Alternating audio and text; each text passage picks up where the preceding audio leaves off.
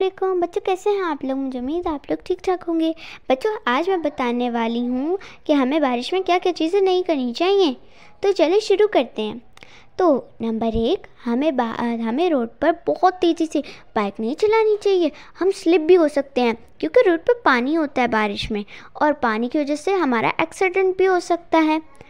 Number 2, हमें घर की डोरबेल नहीं बजानी चाहिए, बल्कि इसके बजाय हमें दरवाज़ा नॉक करना चाहिए। डोरबेल बजाने से हमारे हाथ में या हमें करंट भी लग सकता है। नंबर 3, हमें बाहर की तली हुई चीज़ें नहीं खाना चाहिए।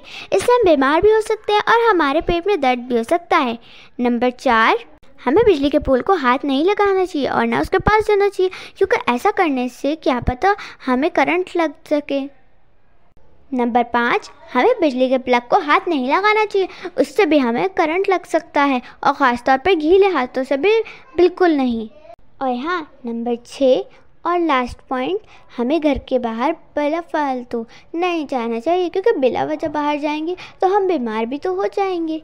तो बच्चों, अगली वीडियो में मिलेंगे, तब तक के लिए अल्लाह हाफिज़। और हाँ, लाइक शेयर और सब्सक्राइब तो ज़रूर करिएगा, और ये वीडियो अपने सिबलिंग्स यानी बहन भाइयों और फ्रेंड्स को ज़रूर दिखाइएगा। तो